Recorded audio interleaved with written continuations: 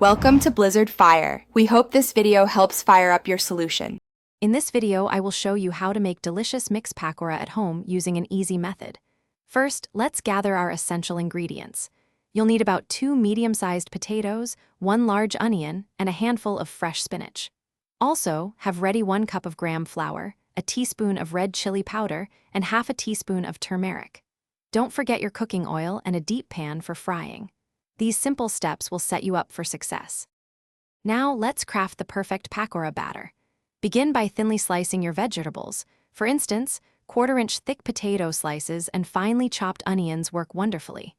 In a large bowl, combine your graham flour with the spices.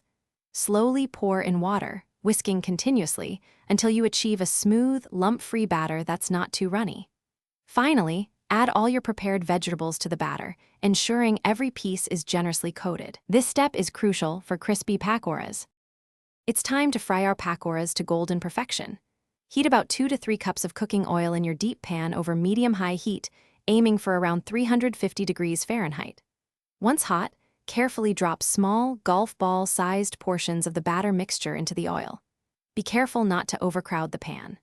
Fry them for about 3 to 5 minutes, turning occasionally, until they achieve a beautiful golden brown color and a satisfying crispness. This ensures they are cooked through and delicious. Once your pakoras are perfectly golden and crispy, carefully remove them from the hot oil using a slotted spoon.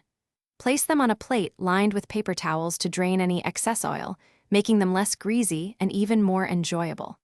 Serve these delightful, hot pakoras immediately.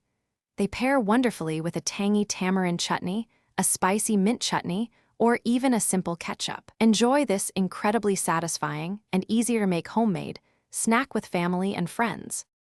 Thanks for watching. If you found this helpful, don't forget to like and subscribe.